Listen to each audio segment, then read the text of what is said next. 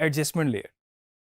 अगर आप Photoshop use करते रहे हो तो उसमें भी आपने शायद एडजस्टमेंट लेयर यूज़ की हो, और अगर आपको आइडिया हो कि इनका यूज़ किया है तो मैं आपको बताता चलूँ कि इस पे आप डिफरेंट इफ़ेक्ट्स लगा के आपके पास नीचे टाइमलाइन पे जो मर्ज़ी चीज़ हो, या अगर फोटोशॉप पे आप काम कर रहे हैं आपके पास नीचे लेयर्स में कोई भी आपके पास इमेज हो इस तरह का, तो उस पे डायरेक्टली इफ़ेक्ट नहीं अप्लाई होता बल्कि वो एडजस्टमेंट लेयर में अप्लाई होता है।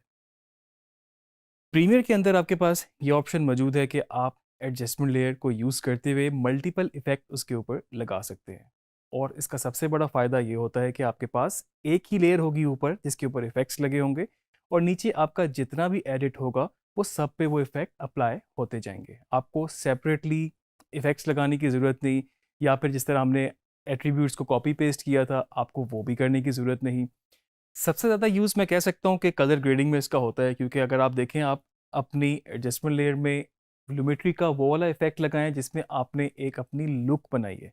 जिस तरह से भी आपने इसको स्टाइलाइज किया है तो वो जो लुक है वो आपकी पूरी वीडियो पे लग चुकी है, क्योंकि एडजस्टमेंट लेयर के नीचे आपके पास सारी वीडियो मौजूद होनी चाहिए। और अगर आपको कोई बेसिक कलर करेक्शन करनी है जिसमें अगर दो शॉट्स के आपस में कोई ब्राइटनेस कॉन्ट्रास्ट या फिर कोई और कलर टेम्परेचर का डिफरेंस है, तो आप नीचे इंडिविजुअली उन क्लिप्स के ऊपर भी काम कर सकते हैं। काफ़ी यूज़फुल चीज़ है, काफ़ी इंटरेस्टिंग चीज़ है, आइए इसको देखते हैं। तो इस वक्त हम मौजूद हैं टाइमलाइन पे, हमारे पास ये एक एडिट भी बना हुआ है, आप देख सकते हैं इस वक्त मल्टीपल हमारे पास स्टॉक शॉट्स थे जो कि हमने इनको एक साथ कंपाइल किया हुआ है। आप कह सकते हैं कि ये आपके पास एक एडिट है और इस पे हम अब एडजस्टमेंट लेयर लगाएंगे। तो एडजस्टमेंट लेयर लगाने के लिए आप जाएंगे अपने फाइल मेन्यू में, आगे न्यू में, और यहाँ पर आपके पास इस वक्त ये ऑप्शन नहीं शो कर रहा। इसकी वजह यह है कि इस वक्त आपकी टाइमलाइन जो आपका सीक्वेंस है वो सिलेक्ट हुआ हुआ है, और आप देख सकते हैं कि उसके पास आपके पास बिल्कुल इसके एजिस पे एक ब्लू बॉर्डर है। हम पहले भी बात कर चुके हैं, आपके पास ये सेपरेट सेपरेट विंडोज़ हैं। एडजस्टमेंट लेयर लगाने के लिए आपको अपनी प्रोजेक्ट विंडो को सिलेक्ट करना पड़ेगा। आप देख सकते हैं कि इस वक्त जो ब्लू बॉर्डर था वो इस पर लग चुका है, और अब हम जाके उसमें देखते हैं तो हमारे पास ये ऑप्शन आ चुकी है। इसको सिलेक्ट करेंगे, यहाँ पे क्लिक करेंगे, और हमसे अब ये सेटिंग्स का पूछ रहा है कि आपकी वीडियो सेटिंग्स क्या है, फ्रेम रेट क्या है, और ऑब्वियसली जो सीक्वेंस जिस टाइमलाइन पे आप काम कर रहे होंगे उसके हिसाब से ही बाय डिफ़ॉल्ट ये सेटिंग वो बना देगा। अगर आपको अपनी मर्ज़ी की चाहिए हो या फिर आपको आगे सेम एडजस्टमेंट लेयर किसी और सेटिंग्स के सीक्वेंस पे मूव करनी हो तो फिर आप इसको फर्दर चेंज कर सकते हैं। मैं इसको यहाँ से ओके करूँगा तो मेरे पास प्रोजेक्ट विंडो के अंदर ही एक एडजस्टमेंट लेयर ऐड हो चुकी है। बिल्कुल जिस तरह आपके पास नॉर्मल एसेट्स इंपोर्ट होते हैं और जिस फॉर्म में आपके पास यहाँ पर आते हैं प्रोजेक्ट विंडो में, उसी तरह से ही एज अ क्लिप मैं इसको यहाँ पर ट्रीट करूँगा, और इसको मैंने यहाँ पर टाइमलाइन पर ड्रैग किया। इसको हम जितना चाहें एक्सपेंड कर सकते हैं, हमें उतना ही एक्सपेंड करना होगा जितना हमारे पास टाइमलाइन पे डाटा या जितना हमारा एडिट बना हुआ है, और इस पर मैंने एक इन और आउट भी लगाया हुआ है। तो इस वक्त एडजस्टमेंट लेयर जो है वो आपके क्लिप्स के ऊपर लग चुकी है, और इसने एक पूरी लेयर को ऊपर ऑक्यूपाई कर ली है जगह। अभी इसके ऊपर कुछ भी नहीं लगा हुआ, हम देख सकते हैं अगर हम इसको सिलेक्ट करें तो इसमें यहाँ पर कोई भी इफेक्ट नहीं लगा हुआ। अगर आपको इस पर कोई भी इफेक्ट लगाना है तो नॉर्मल जिस तरह आप क्लिप्स पे इफेक्ट लगाते हैं आप इस पे जाके लगा सकते हैं। आप कलर ग्रेडिंग पे अगर आपको काम करना है तो आप बिल्कुल कलर ग्रेडिंग में यहाँ पर कलर की वर्क स्पेस में जाके काम कर सकते हैं। एक चीज़ याद रखिएगा, कलर ग्रेडिंग जब आप कर रहे होते हैं तो अगर आपको स्पेसिफिक एक क्लिप पे काम करना है तो आपको उस क्लिप को सिलेक्ट करना पड़ेगा, क्योंकि जो राइट साइड पे जो पैनल है लुमेट्री कलर की ये विंडो है, इस पे सेटिंग्स वो सब की वही दिखाता है क्योंकि वो बाय डिफ़ॉल्ट रहेगी। अगर आपके पास ये क्लिप सिलेक्ट नहीं है इस पर वो सारी सेटिंग्स जो हैं उन पे आप कुछ काम नहीं कर सकते, वो उस तरह से विजिबल नहीं है। तो एडजस्टमेंट लेयर पे अगर हम काम कर रहे हैं तो यहाँ से इसको हमने क्लिक करना है, हमारे पास यहाँ पे पास ऑप्शंस आ गई हैं। हम अगर चाहें तो बेसिक में से भी मे बी हम इसको ब्लू कूल की तरफ रखना चाहते थे, और ओवरऑल हमने कुछ कॉन्ट्रास्ट हाइलाइट्स वगैरह वाइज जो भी सेटिंग्स करनी है वो हम इस पर इस तरीके से कर सकते हैं। हम इस वक्त देखते हैं अगर हम इस पर कोई लट लगा दें ताकि हमारे पास जो है उसकी लुक बदल जाए। ये इस पर काफ़ी इंटेंस हो रहा है, हम इसको थोड़ा सा कम कर देते हैं। आप चाहें तो बाद में भी चेंजेस कर सकते हैं, इसको हम वार्म की तरफ ले जाते हैं। तो इस वक्त मेरे पास जो काम हो रहा है वो टोटली एडजस्टमेंट लेयर पे हो रहा है। इसको मैं वेरीफाई कर सकता हूँ, एक तो मेरे पास यहाँ पर ये सिलेक्ट हुई हुई है, और सेकेंडली मेरे पास इफेक्ट कंट्रोल विंडो में इसको सिलेक्ट करने के बाद इस पर ये लुमेट्री शो हो रहा है। अभी भी अगर आपको कन्फ्यूजन हो, क्योंकि इन पे भी इफेक्ट लग सकते हैं, अगर आपके पास गलती से भी सिलेक्ट करके आपने लूमेट्री में जाके चेंज कर लिया, तो आप देख सकते हैं कि इस क्लिप के ऊपर भी इफेक्ट लूमेट्री का लग चुका है। इसको फर्दर अभी फ़िलहाल यहाँ से मैं डिलीट कर देता हूँ। जस्ट सिलेक्ट किया, डिलीट कर दिया, इफेक्ट कंट्रोल विंडो में से एडजस्टमेंट लेयर को सिलेक्ट करूँगा, और अब मैं देख सकता हूँ कि इस वक्त मेरे पास नीचे टाइमलाइन पे जो भी एडिट, जो भी सीक्वेंस बना हुआ है, उस पर ये सेम इफेक्ट जो मैंने यहाँ पर बनाया, आप इसको कह सकते हैं ये आपकी एक लुक थी जो आपने इस स्टोन में बनानी थी, आपने वो बना ली है, और आगे आपके पास सब जगहों पे वही लुक लग चुकी है। तो आपकी लुक जो बनाना लगाना वो कदरे आसान है, लेकिन जो कलर करेक्शन का, कलर ग्रेडिंग का जो मेन पर्पस है, उसके लिए आपको फर्दर सेटिंग्स करनी पड़ सकती हैं, फर्दर चेंजेस करनी पड़ सकती हैं। तो उसके लिए हम ये नहीं करेंगे कि हम एडजस्टमेंट लेयर को बार बार चेंज करें, क्योंकि हम अपनी एक लुक डिसाइड कर चुके हैं, हमें इसी वार्म टोन में एक लुक चाहिए थी। अब अगर हमारे कोई क्लिप नीचे अंडर एक्सपोज या ओवर एक्सपोज हो रहे हैं, तो हम देखते हैं अगर हम उनको थोड़ा सा चेंज कर सकें। मिसाल के तौर पे ये शॉट मैं कहता हूँ ये थोड़ा सा डार्क ज़्यादा है या अंडर एक्सपोज्ड है, तो मैं इसको यहाँ से एडजस्टमेंट लेयर को नहीं सिलेक्ट करूँगा, मैं बल्कि इस क्लिप को सिलेक्ट करूँगा। अब मैं सिर्फ इस क्लिप पे काम कर सकता हूँ, और अगर मुझे लग रहा था ये थोड़ा सा अंडर एक्सपोज्ड है, मैं इसके शेडोज थोड़े से लिफ्ट कर लेता हूँ, मैं थोड़े से इसकी हाइलाइट्स को उठा लेता हूँ, या ओवरऑल अगर मैं चाहूँ तो इसके एक्सपोजर को भी उठा सकता हूँ, कॉन्ट्रास्ट को भी छेड़ सकता हूँ, या जिस तरह से भी मुझे उसको मैच करना है अपने बाकी क्लिप्स के साथ, मैं उसको उसके हिसाब से कर सकता हूँ।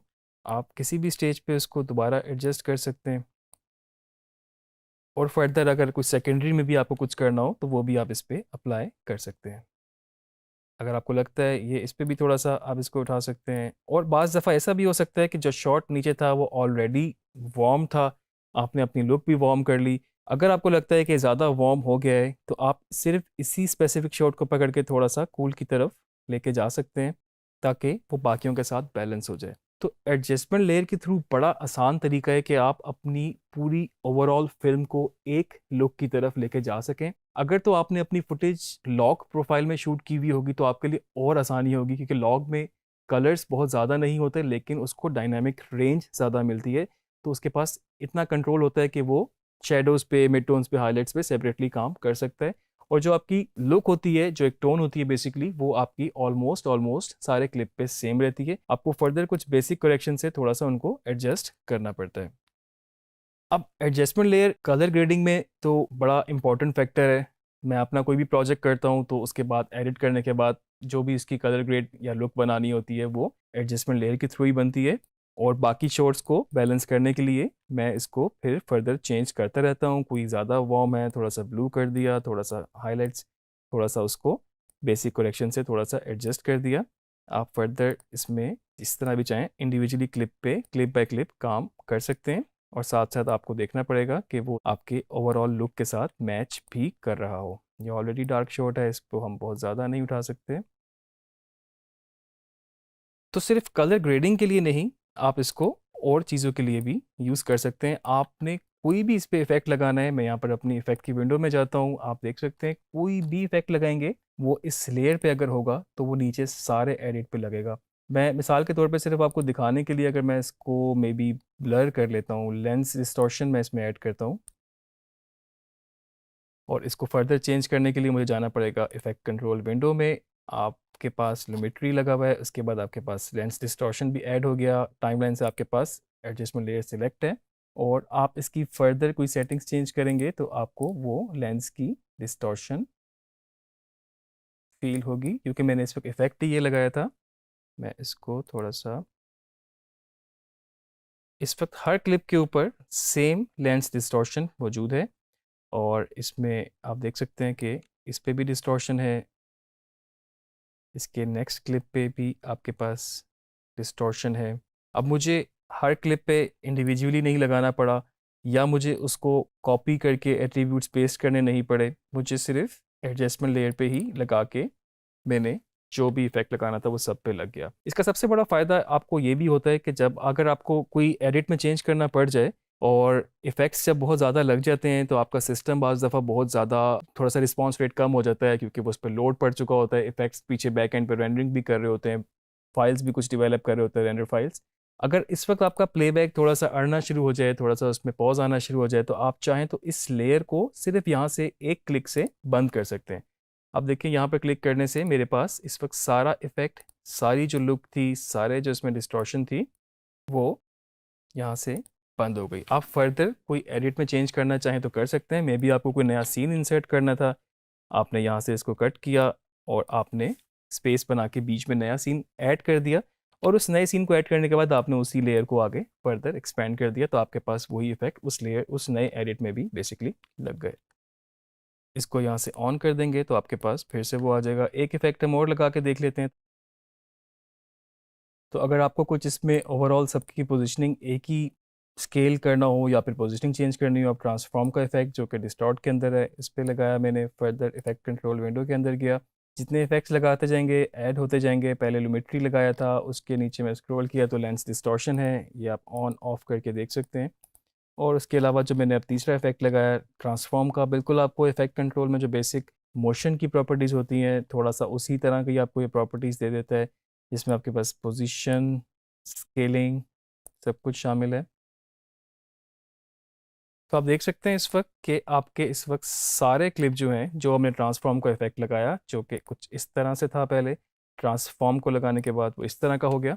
तो इस वक्त वो नीचे जितना भी एडिट आपका चल रहा है उस पर सेम इफेक्ट इम्प्लीमेंट हो चुके हैं।